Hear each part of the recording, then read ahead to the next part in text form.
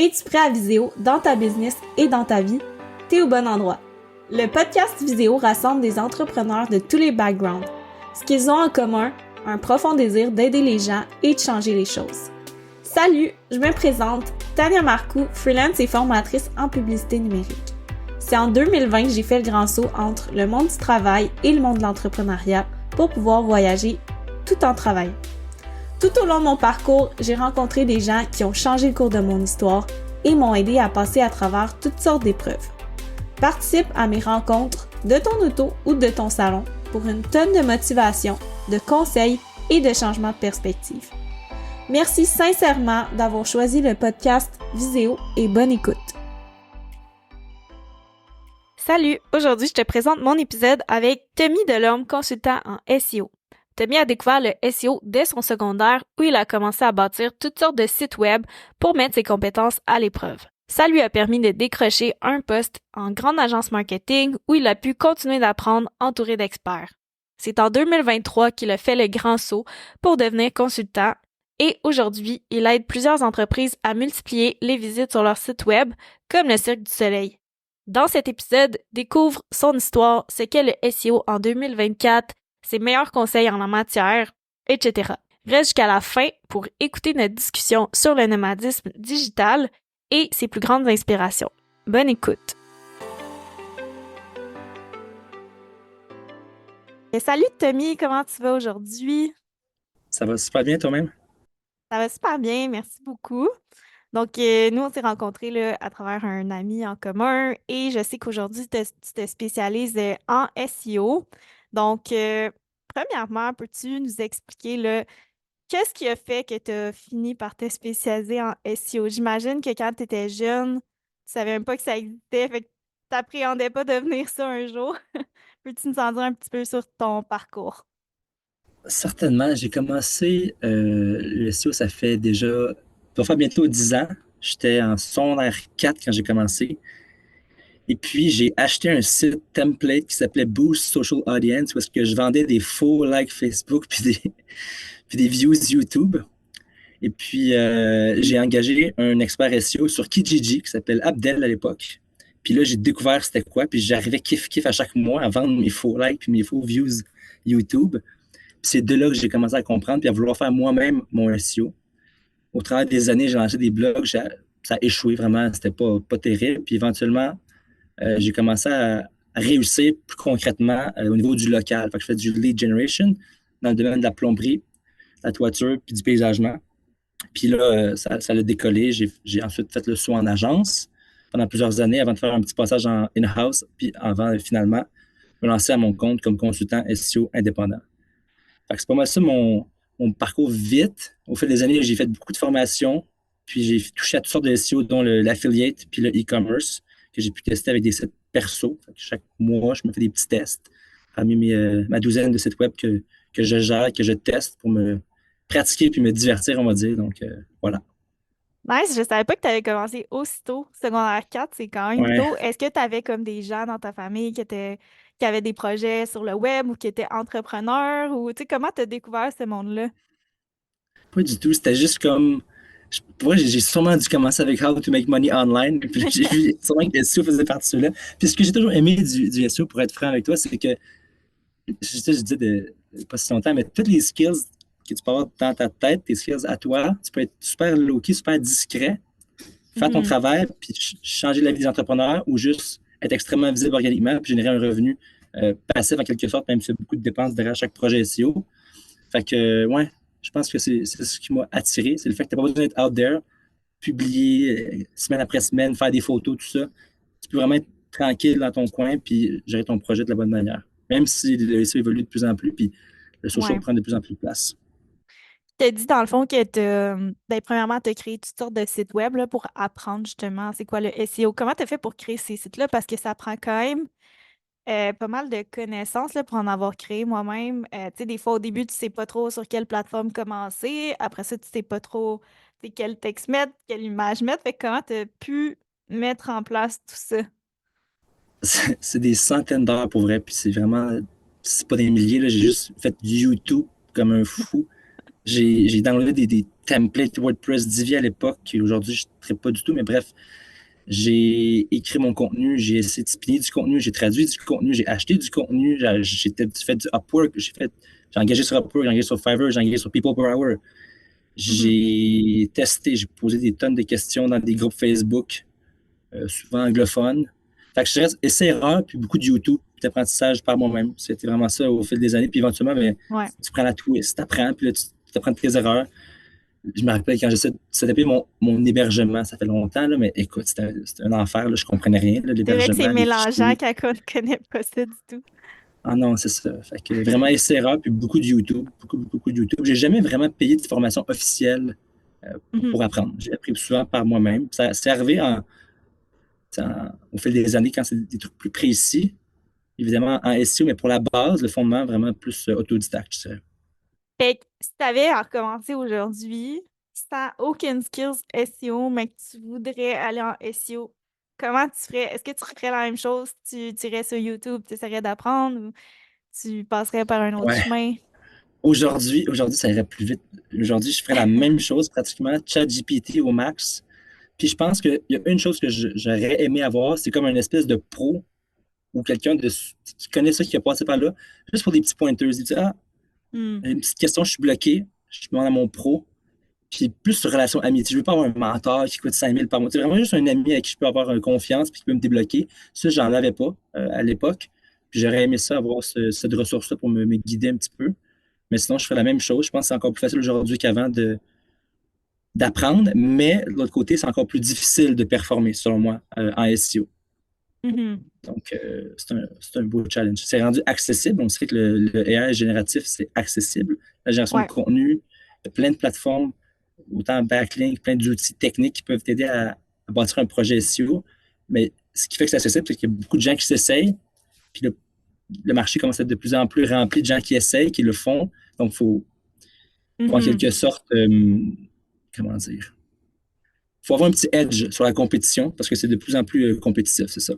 Féroce, je Je peux dire. comprends. On pourra en reparler un petit peu plus tard là, de tout ce qui est comme plus technique par rapport au SEO. Mais avant, j'aimerais ça creuser un petit peu plus dans ton parcours. Fait que dans le fond, tu as dit, OK, tu as créé des titres, tu as appris par toi-même. Après ça, tu es allé travailler en agence. Est-ce que c'était vraiment tes expériences, justement, tes expériments, en tout cas, tes expériences d'expérimentation qui t'ont mené à décrocher un emploi en agence ou entre-temps, tu Ouais, occupé d'autres travails là-dedans? Parce que ça me semble quand même un bon step là, entre les deux. ouais. C'est une drôle d'histoire, ça. J'étais arrogant. J'étais arrogant quand j'ai voulu jumper dans le monde des agences. C'était en 2017, 2018, c'est ça. Puis à l'époque, puis maintenant, c'est plus ça. Il fallait un bac. Dans les jobs d'emploi, toutes les agences partout, c'était un baccalauréat. Moi, j'étais en train de le faire. Je le faisais à OK. temps partiel. J'allais doucement. Je travaillais dans le monde de la vente comme directeur de compte corporatif. Puis là, je n'avais pas mon bac. Fait que j'ai dit, OK, je vais les impressionner. Fait que là, mon meilleur ami, Alex, c'est un plombier. Et là, j'ai créé une fausse compagnie, un site web de plomberie, comme j'ai dit un peu tantôt. Ouais. Et là, je me suis dit, OK, on est sur la rive sud de Montréal. J'habitais à Saint-Gilles à l'époque. La plus grosse ville de la rive sud étant à Longueuil. J'ai dit, je vais me positionner en première position pour le mot-clé plombier, Longueuil, plomberie, tous les services autour de la plomberie à Longueuil. Puis mon ami était aussi plutôt jeune, il n'avait pas sa certification. Puis j'ai dit, si ça fonctionne, mais j'enverrai des appels vers mon ami. Fait que finalement, j'ai créé un site web Divi, un template un peu boboche, pour être franc. Mhm. J'ai monté mon contenu, j'ai acquis mes backlinks, j'ai travaillé pendant plusieurs heures.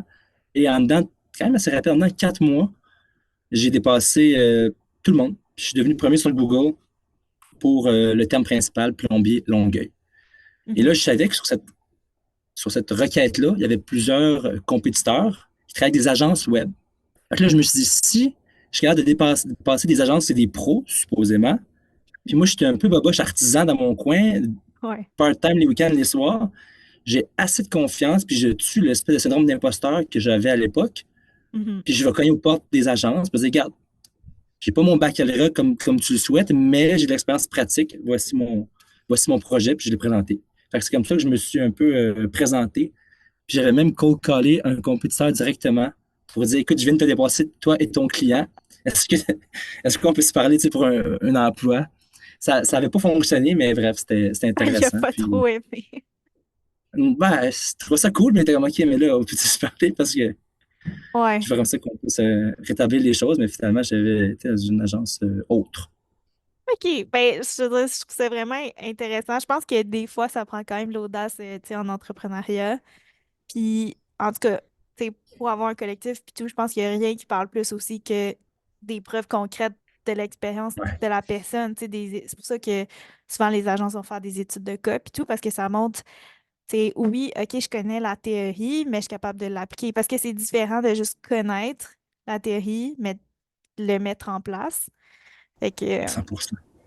ouais, c'est vraiment cool. Puis sinon, si on parle là, de ton expérience en agence, qu'est-ce que tu retiens le plus de cette expérience-là?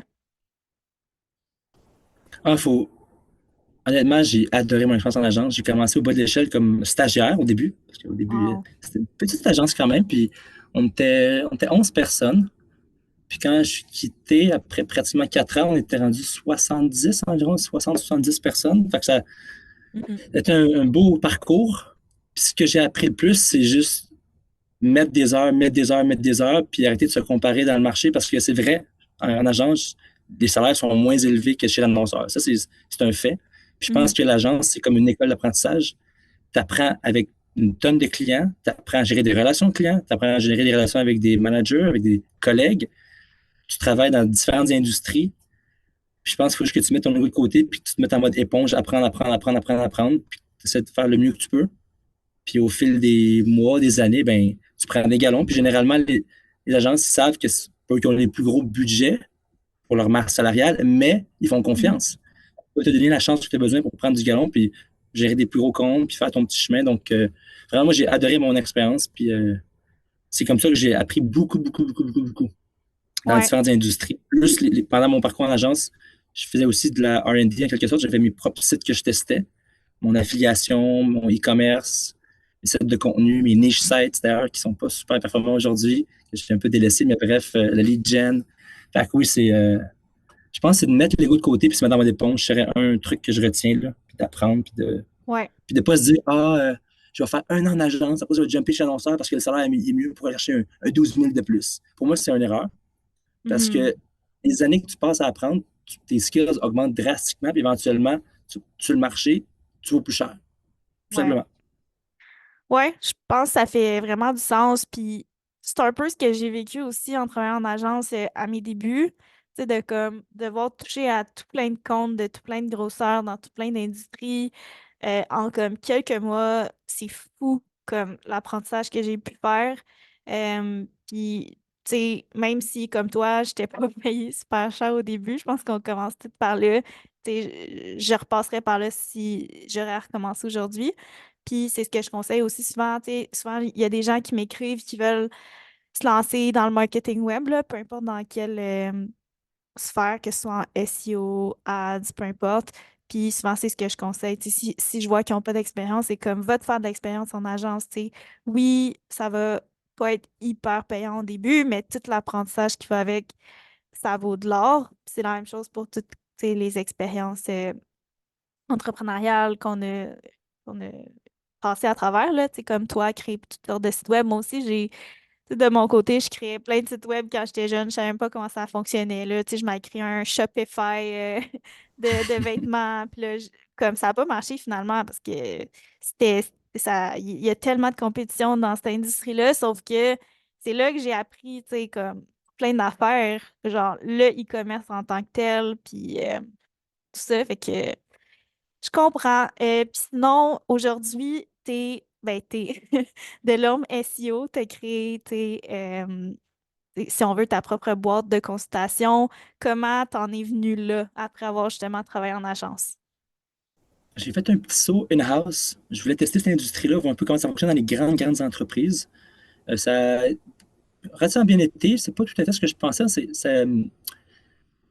Dans mon saut in-house, pourquoi je me suis ensuite incorporé, c'est que j'ai eu une demande assez forte du marché. Quand je suis sorti du monde de l'agence, Mhm. le mot s'est peut-être passé, j'imagine, puis j'ai eu plusieurs, je dirais dizaines de demandes pour des petits modèles de consultation. J'avais jamais vraiment fait ça. Je n'étais pas incorporé, j'étais un travailleur autonome. J'ai rien d'organisé vraiment. Fait que j'ai commencé tranquillement à prendre des petits mandats sur le site pendant que j'étais justement à Playa del Carmen, Mhm. début 2023. Ouais, c'est ça. Et puis, je prenais des petits mandats, puis éventuellement, je voyais qu'il y avait une bonne demande. Puis je voulais juste c'était un objectif que j'avais pour plus longtemps, mais j'ai comme juste sauté, puis j'ai dit, OK, on y va, on se lance. Donc, je me suis incorporé, je me suis organisé, j'ai mis fin à mon emploi en grand compte. Puis ensuite, j'ai sauté dans l'entrepreneuriat avec un client principal qui est le Cirque du Soleil, avec qui je travaille aujourd'hui depuis presque un an, et d'autres petits clients sur des Mhm. mandats plus ponctuels et voire récurrents, dépendamment. Nice. Puis qu'est-ce que tu dirais que tu as trouvé le plus difficile à faire ce grand saut-là? Ce switch-là, honnêtement, je suis pas le plus organisé, là, je ne pas de mensonge. Fait que c'est vraiment de Ouais, tout bien organiser, la comptabilité. Puis c'est là que j'ai réalisé, OK, si tu n'es pas champion d'organisation, ben, ouais. engage des gens qui le sont. Fait que là, je me suis équipé d'une équipe de comptables vraiment là, incroyable qui m'aide avec mon flux de trésorerie, la gestion, la comptabilité, les remises gouvernementales, tout le kit. Fait que ça a Mhm. été pour elle, l'organisation, ça a été un défi. Puis la transition entre les deux, ben, j'ai pas trop eu de difficulté après ça à obtenir des mandats. Évidemment, j'avais un mandat principal, mais j'ai réalisé que si, selon moi, si tu fais bien les choses, puis tu fais du bon travail, le marché du SEO, du moins, est pas énorme. Fait que le mot va se passer, puis les contrats vont venir. Tu sais, aujourd'hui, je suis très, très occupé. Je me considère qu'on vient quand même très occupé. J'ai des mandats à toutes les semaines, tous les mois, puis j'ai pas de Mhm. site web, tu sais. Puis je fais pas de post LinkedIn cute, 5 conseils pour réussir ton SEO, puis Ouais. j'en ferai probablement pas non plus, tu sais. Du moins pas à très court terme. Donc, je pense que c'est juste que de bouche à oreille, ça fonctionne. Puis je pense que c'est juste de faire confiance, pas dire à la vie, là, mais tu sais, au travail qui a été effectué dans le passé. Puis Ouais. le mot se passe. Fait que, Non, je comprends tout à fait ce que tu dis. Niveau organisation, je te dirais que ça a aussi été un challenge pour moi quand j'ai commencé comme freelance. Puis d'ailleurs, j'ai travaillé, tu sais, avec des coachs, mentors qui m'ont beaucoup aidé là-dedans, dont une coach que tu m'avais conseillé, Carole ouais, Perez, qui m'a beaucoup, beaucoup aidé, honnêtement, à me structurer, là, parce qu'au début, je commençais mes journées, puis tu sais, j'avais une to-do list comme je me interminable souviens. de choses à faire, puis à chaque jour, je finissais, puis j'étais comme Oh my God, j'ai rien fait. Là, je stressais, je stressais. Puis, tu sais, à un moment donné, c'est comme, ça devient lourd, là, tout le temps finir tes journées hyper stressées, puis tu commences ton matin, puis tu te sens submergé. Puis, ça m'a vraiment aidé à, comme, mettre en place, c'est la base, là, on le faisait au secondaire, puis on dirait qu'on a oublié ça avec le temps, mais, tu sais, à vraiment bien détailler mes journées, tu sais, à l'heure près. Au début, je me disais, ah, pas besoin d'être ben trop granulaire. Mais maintenant que je le fais aujourd'hui, c'est comme, ça fait tellement de différence, là. Je sais pas si tu le fais de ton côté aussi, là. J'essaie, pour vrai, j'essaie, je le fais. Des fois, je me laisse aller, des fois, je reviens sur la track, mais Ouais. quand je le fais, je vois la différence. Je le fais toujours dans mon 8 heures principal, mais des fois, c'est avant de commencer à travailler ou après le travail en fin de journée, c'est des petites tâches que je dois faire absolument. Là, je suis dans la Mhm. comptabilité de fin d'année, tout ça, la fiscalité. C'est des tâches qui sont plates, mais si tu ne le notes pas, tu vas l'oublier ou ça ne sera pas fait. Fait que oui, tout Mhm. doux 100%, 100%. Puis j'ai déjà essayé le Pomodoro. Quand même, ça fonctionne quand même bien. C'est ça, Pomodoro. 30 minutes de Ouais, focus ouais, ouais, c'est ça. ou 15. Bref, ça a fonctionné, mais je revenais à la bonne vieille liste papier avec une petite application simple. Donc, oui, Ouais. organisation, définitivement un gros défi. Mhm. Puis, ouais, Puis pour ouais, trouver tes clients, dans le fond, ce que tu disais, c'est que c'est vraiment le bouche à oreille comme ta source d'acquisition, si on veut. ouais, vraiment. Ben, des références dans l'industrie d'autres experts en marketing numérique. Ouais. Puis, moi, j'ai pris la leçon de m'hyper spécialiser, fait que faire que ça 100% de mon temps, 50 heures par semaine dans différentes industries. Mhm. Puis, c'était d'un dernier 10 mois, c'était parfois de me débloquer des problèmes compliqués. Fait que c'est des gens qui sont super bons en SEO, ou parfois même des généralistes, puis qui vont m'écrire sur LinkedIn, Hey Tommy, écoute, j'ai un problème majeur, tu peux-tu me débloquer? Puis c'est d'essayer de le débloquer. Des fois, ça marche pas, des fois, c'est plus long, Mhm. mais c'est de régler des problèmes un peu plus poussés, un peu plus complexes, je dirais, organiquement, de bouche à oreille, qui m'ont pas mal Ouais. stimulé les derniers mois. Puis effectivement, beaucoup de bouche à oreille, puis de références, c'est comme ça pour l'instant. Nice. Fait que maintenant qu'on connaît un petit peu ton parcours, où t'en es venu à te spécialiser en SEO, veux-tu qu'on plonge dans le SEO? Let's go. Let's go, Tania. Super. Fait que on peut commencer avec une question de base. Comment tu décrirais le SEO pour ceux qui savent pas c'est quoi ou qui en savent très peu? L'ensemble, je le décris comme ça, l'ensemble des facteurs à optimiser Mhm. pour améliorer sa visibilité organique. Puis dans la section facteurs, Ouais. parce que c'est un mot un peu vague, je décrirais ça en trois grands piliers. L'aspect technique, la fondation de ta maison, l'aspect contenu et l'aspect réputation en ligne.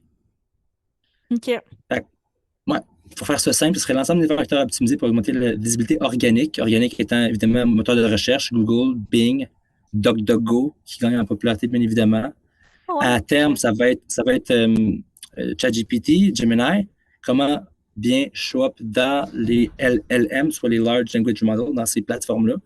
Ça va être un petit peu différent. Je commence à faire des petits tests qui sont relativement concluants.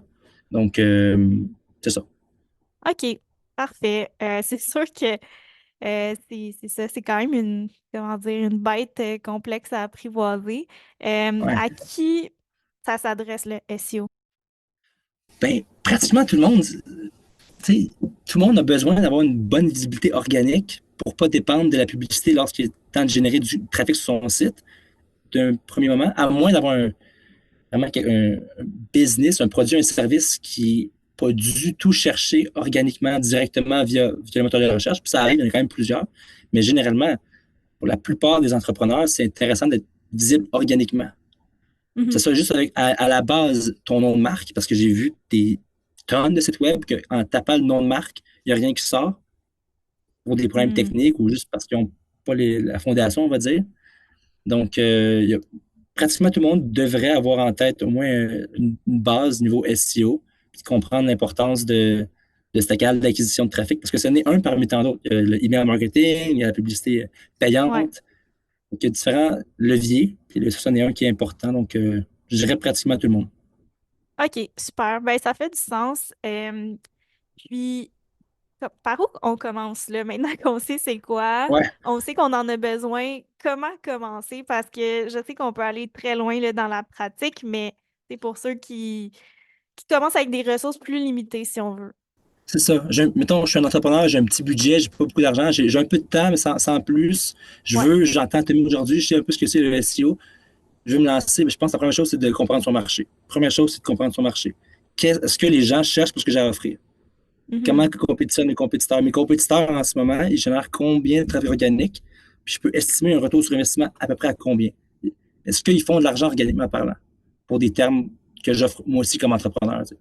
Je vends des Ouais. souliers, j'ai une boutique de souliers en ligne. Est-ce que, ou même si c'est en physique, est-ce que mes compétiteurs génèrent vraiment de l'argent à Sainte-Julie? Je dis n'importe quoi, tu sais. Il y a moyen de faire des recherches pour comprendre son marché. Puis ça, je pense que c'est la base. Il y a différentes manières de faire les études de marché, mots-clés. On Mhm. peut le faire soi-même. C'est un petit peu risqué. On peut se perdre rapidement, mais si les gens sont un peu autodidactes, ça se fait bien. Ou on engage un spécialiste qui va le faire. Puis ça, c'est un mandat qui est généralement ponctuel. Fait que je paie un montant d'argent, ça peut varier honnêtement entre 500 à 5000, mais 500, mettons, ouais, 5 à 500 à 3000, généralement, tu peux avoir des trucs quand même assez bien, une bonne OK. qualité de livrable. Puis c'est un one-shot, puis tu peux comprendre, puis ensuite prendre des décisions stratégiques sur l'entreprise. Comment je vais faire acquérir des gens qui ne me connaissent pas, des gens qui ne connaissent pas mon industrie. Comment Mhm. je réponds aux gens qui connaissent un peu mon industrie, mais plus ou moins, puis comment je fais pour être visible pour les gens qui cherchent exactement ce que j'offre. Exactement le mot. Acheter souliers Saint-Julie. Donc, c'est de comprendre son marché, je pense, la première étape avant toute OK. chose. Quand tu dis comprendre son marché, est-ce que tu parles, par exemple, des mots-clés? Tu sais, trouver quel mot-clé on veut, pour quel mot-clé on veut ressortir sur les réseaux? Ouais.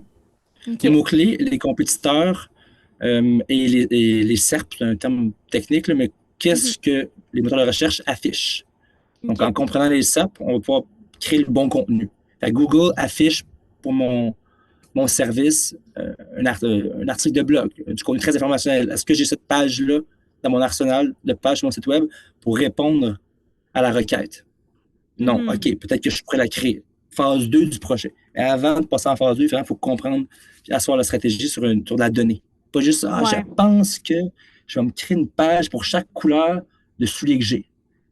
Souliers bleus, souliers rouges. Et boy, là, on part dans une folie, puis Hmm. tu comprends? Fait que Ouais. laisser un peu le gut feeling de côté, Mhm. puis aller vraiment sur la donnée. Je pense que c'est super pertinent ce que tu as dit parce que je pense que en tout cas, plusieurs entrepreneurs font cette erreur-là, dont moi, quand j'ai commencé, c'est de se lancer tout de suite dans de la création de contenu, mais tu n'as même pas de plan. Tu sais même pas Ouais, quel mot-clé serait le plus stratégique pour commencer, c'est qui tes vrais compétiteurs. Fait qu'après ça, tu mets beaucoup, beaucoup d'efforts pour tout ce qui est du reste là, de création, sauf qu'au final, c'est peut-être pas aussi efficace que ça pourrait l'être. Fait qu'une fois l'étude de marché faite, je sais pas si la question est trop large, là, mais ce serait quoi après qui aurait le plus d'impact? Est-ce que c'est de créer des articles de blog? Est-ce que c'est de travailler la structure de son site? Est-ce qu'il y a des trucs qui ont un petit peu plus d'impact que d'autres, tu dirais? ben, à la base, une fois que tu as compris le marché, puis tu dis, OK, j'ai green light, je veux investir en ça, je vais mettre des efforts. Mhm. Euh, Avant de passer en production de contenu, je m'assurais que mon site web a des bonnes bases techniques. Ouais. Rapidité, accessibilité, sécurité, Mhm. contenu, organisation. L'ensemble de la fondation technique, je pense que ça serait la base. Ça serait comme une bonne fondation technique. Un vieux WordPress de 16 ans avec 39 plugins pas mis à jour, puis le thème pas mis à jour.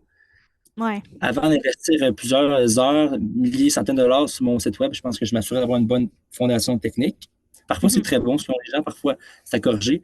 Puis ensuite de ça, en se basant sur ce que le marché a à offrir, ce que le marché nous dit, j'essaierai Mhm. de bâtir ma stratégie du top funnel jusqu'au low funnel. Puis pour ceux qui ne sont pas sûrs de ce que c'est top, mid, low funnel, c'est les différents parcours à très haut niveau du customer journey avec votre client qui ne vous connaît pas. Exemple Ouais. très facile. Est-ce que le SEO? Ça, c'est une requête que les gens vont taper. Très générique, top funnel. Ouais. Combien coûte consultant? Consultant prix ou freelancer prix? Mi-funnel, mid-funnel. On Mhm. magazine, puis embaucher consultant SEO Montréal, low funnel. Ouais. Fait que le marché nous dit, est-ce qu'il est mature? Est-ce qu'il est très, très jeune, le marché? Est-ce qu'il y a beaucoup de gens qui cherchent principalement des questions extrêmement larges dans le top funnel ou est-ce qu'il y a beaucoup de gens qui cherchent des questions qui sont prêtes à convertir? Et de là, on prend une Mhm. décision pour dire, OK, on va attaquer tel segment. Puis on s'assure, si possible, de couvrir les différentes phases du funnel. Pas juste mettre nos œufs dans le même panier sur des pages services, même s'il faut avoir des pages plus en bas de funnel. Mhm. Donc, ce serait une chose. Puis, à travers cette phase-là, bien évidemment, c'est renforcer la crédibilité. Google, ce qu'ils cherche, c'est des entrepreneurs, des sites web qui sont transparents en quelque sorte. Affiche ton numéro de téléphone, affiche ton adresse. Mhm. Montre-moi que tu es une vraie compagnie. Si tu es une compagnie locale, va remplir tes annuaires, les annuaires locales un peu partout. Montre-moi que tu es une vraie entreprise, qu'il y a une certaine consistance dans ce que je vois en ligne. Ouais. L'époque où est-ce qu'on pouvait juste spammer un peu partout, il commence à être plus difficile. Fait qu'il faut vraiment être extrêmement transparent avec le moteur de recherche, avec Google. Ça rentre dans une phase préliminaire avant de se lancer en production, puis avant d'attaquer le projet.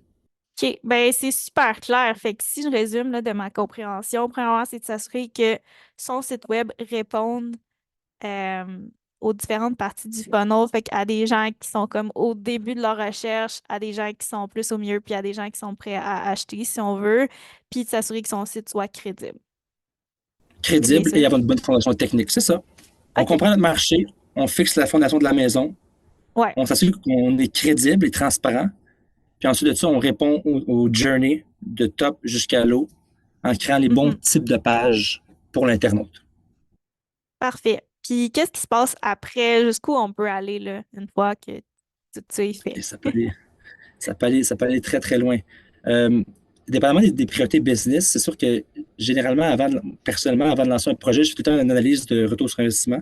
Fait que je m'assure que si ça me coûte 500 dollars par page créée, parce que j'ai du temps de développeur, j'ai un rédacteur, j'ai une rédactrice, j'ai mon temps Mhm. personnel, puis que j'ai investi tant d'argent, est-ce qu'il y a vraiment un retour qui est possible? Fait que ça, c'est quasiment une étape primaire. Puis ensuite de ça, ben là, on attaque la création du contenu généralement. Donc, on va optimiser les pages existantes, réorienter ou juste créer des nouvelles portes d'entrée pour les internautes. Que ce soit des pages de catégorie pour une boutique e-commerce, Facility Navigation, ou que ce soit des articles de blog, des pages services, des pages locales. Dans certains cas, si j'ai 8 succursales à travers le Québec, puis j'ai pas une page par succursale, décrit un peu mon équipe, qui suis-je, les services à faire dans cette succursale-là, c'est une opportunité.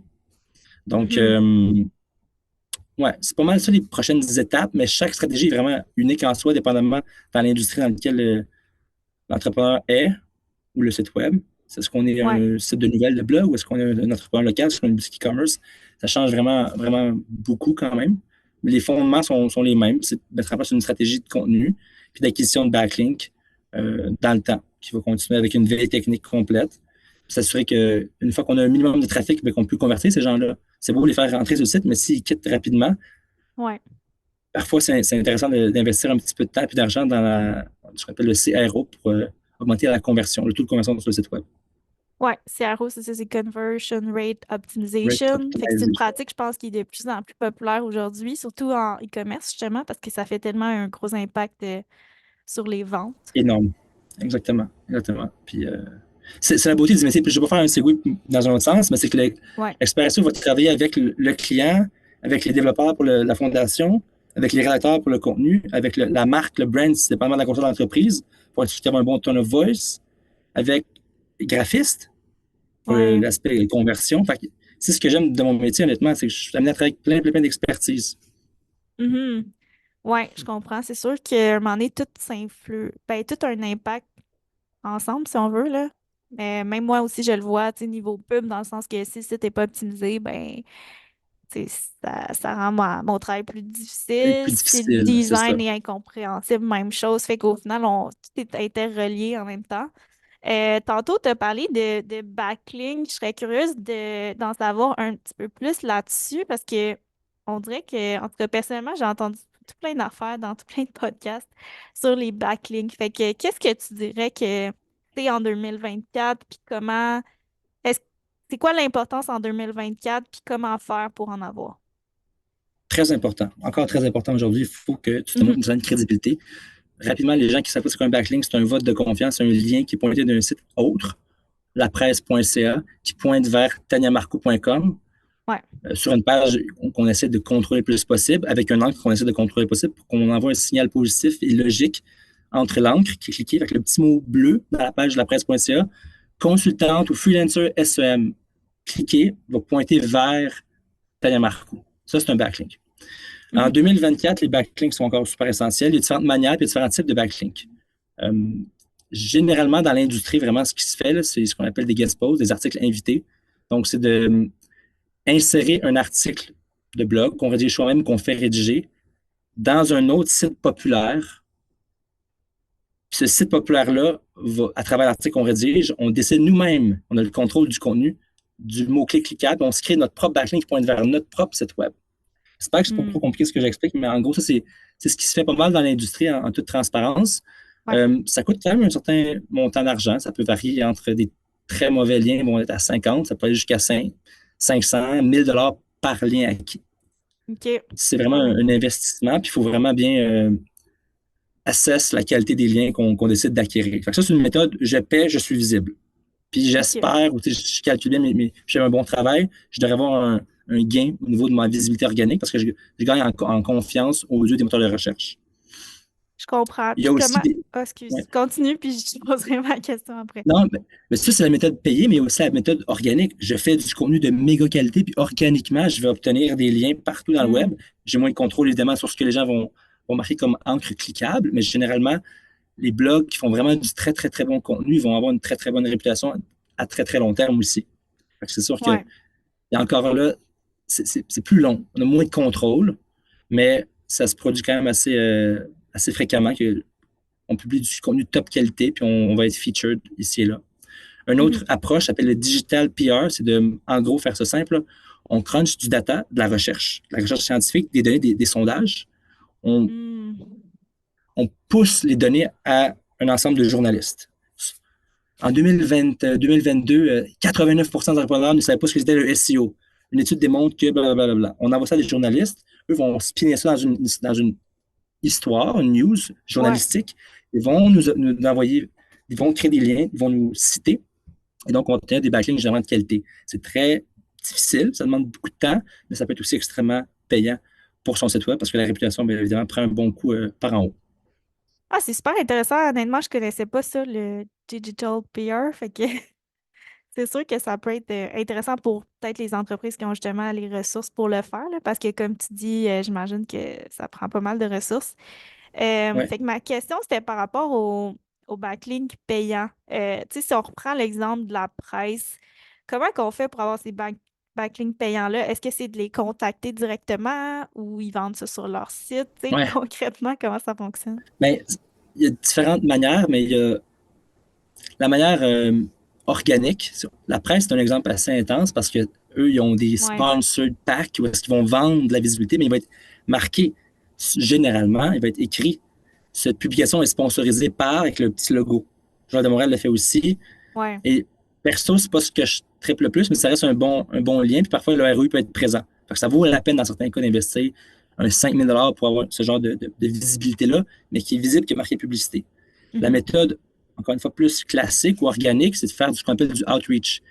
Puis là, c'est un autre pilier du SEO que j'adore aussi, que je trouve le fun, c'est que tu deviens une espèce de vendeur, cold call, email.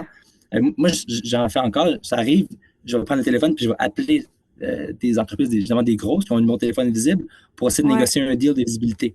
Fait que OK. honnêtement, c'est du outreach. Un beau template de courriel, une bonne, sans que ce soit trop long, pas trop court, il faut que tu trouves tes. Mhm. C'est du volume, c'est d'identifier les bons partenaires, puis c'est beaucoup de non avant d'avoir un oui. Fait que c'est peut-être 5% des gens qui vont OK, je suis intéressé, puis tu ne veux pas avoir un site web qui est spammy. Fait que avant d'envoyer ton email, dire écoute, j'aimerais ça collaborer avec toi pour obtenir un backlink, un échange. Est-ce que tu acceptes les articles invités? Je pense que mon expertise pourrait faire du sens sur ton site web. Ça, c'est la méthode vraiment propre, propre, propre. Est-ce que tu serais intéressé? Oui. Combien ça coûte pour publier sur ton site web? 344 parfait. Comment ça fonctionne? Ah, moi, j'accepte des publications jusqu'à 2000 mots, 4 liens externes, 3 photos. Parfait. Paiement, rédaction du contenu, c'est du temps. Où on le fait rédiger, c'est de l'argent. On envoie Mhm. un webmaster, il va publier. On OK. essaie de tracker au mieux qu'on peut, bien évidemment, le lift de position sur la page qu'on pousse. Fait que dans mon article que je publie, 5 conseils pour mesurer le retour sur investissement de votre projet SEO en 2024. Exemple. On ça un autre consultant SEO qui a un gros blog de SEO, SEMrush, peu importe c'est quoi. Mhm. J'ai choisi mon encre, puis là, je vais mesurer l'impact de mon uplift en clic, puis ma visibilité. J'espère que c'est pas trop technique, là, dans le temps. Ouais, je pense que. Peut-être un petit Ouais, peu, mais je pense que c'est quand même hyper pertinent. Euh, Sinon, ben, ça m'amène à mon autre question. Par rapport aux outils, il en existe tout plein ouais. aujourd'hui. Puis pour quelqu'un qui commence, je pense que ça peut vite devenir mélangeant, tu sais. Fait que toi, qu'est-ce que tu conseilles en termes d'outils pour ceux qui débutent? Si on débute vraiment, je demanderais à mon développeur ou quelqu'un qui crée mon site web de m'installer la Search Console. Première OK. chose. C'est une mine de données vraiment intéressante, surtout qu'aujourd'hui, ça peut être connecté avec BigQuery. Ensuite de ça, si je veux faire un peu de recherche puis elle comprend un peu mon marché, mais sans dépenser des bons montants de parenthèses avec des outils comme Ahrefs ou Mhm. SEMrush, j'aime bien la suite Mangools. Fait que Mangools, Mangools, a une variété de produits, oui, de services, de logiciels pour la recherche de mots-clés, le suivi des positions, l'aspect technique. Fait que cette compagnie-là, ça commence, je pense, à 26 par mois. C'est vraiment abordable. Fait que ça, c'est une belle opportunité. Sinon, ben, évidemment que les outils plus classiques et connus sur le marché, comme SEMrush, fonctionnent bien. J'ai, honnêtement, j'ai essayé tous les outils, tous les outils. J'ai en souvenir un moment où est-ce que cette année, j'ai créé mon premier propre logiciel, mon premier outil d'étude de mots-clés avec différents API Nice. parce que je trouvais que ça allait pas assez vite à mon goût. Puis j'ai créé Ouais. ma propre petite solution que j'utilise pour aller plus rapidement et plus efficace dans mon travail. Mais pour à ta question, vraiment, Search Console, la suite Mango, je pense que ça fait déjà un bon travail. Puis ensuite, il y a des outils plus avancés que je pense ne sont pas nécessaires quand on commence. Mhm. Mais au moins pour la phase 1, ce serait Mangoes. OK, je connais pas Mangoes. J'ai essayé SEMrush, mais honnêtement, c'est quand même dispendieux pour ceux qui commencent, là, les petites entreprises. Fait que je Ouais, pense que ça peut être bon peut-être de regarder là, pour ben, premièrement, comme tu dis, Search Console, c'est de base, puis après ça, ouais, d'en prendre d'autres, puis éventuellement ben, d'évoluer là, vers les outils selon les besoins des gens. c'est ça. Euh, Dépendamment puis de la force de croissance. ouais. Puis dernière question par rapport au SEO. euh, je vais essayer de la préciser le plus possible, là, mais qu'est-ce qui est le plus important à analyser? Tantôt, tu parlais de regarder la position par rapport à, je sais pas si c'était par rapport à des pages ou des mots-clés, là, mais Ouais. quelqu'un qui commence aussi, qu'est-ce que tu dirais qui est vraiment le plus important à surveiller? Avant de se lancer, ben, une des choses ouais, très importantes, c'est de comprendre l'équation de recherche. C'est un peu un buzzword, mais ça fait depuis des lunes que c'est ça le principe, c'est de comprendre ce que l'internaute recherche derrière sa requête. Si je tape le mot pomme sur Google, qu'est-ce que je cherche? J'en ai aucune idée. Je cherche une tarte aux pommes, je cherche une définition de c'est quoi une pomme, je cherche un verger. C'est de voir c'est quoi l'intention de recherche, pas que je pense que c'est, mais ce que Google affiche. Google affiche des types de pages, c'est ce qu'il pense, lui, comme algorithme, qui répond le mieux à l'internaute.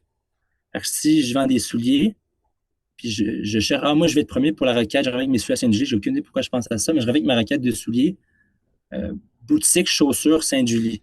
Qu'est-ce que Google affiche? Est-ce que c'est des pages à propos? Est-ce que c'est des pages d'accueil avec des noms de boutiques? Même chose si je vends des chandelles en ligne. Meilleure chandelle relaxante. On y va comme ça. Meilleure chandelle relaxante. Est-ce que c'est des pages catégories ou est-ce que c'est des pages de blog?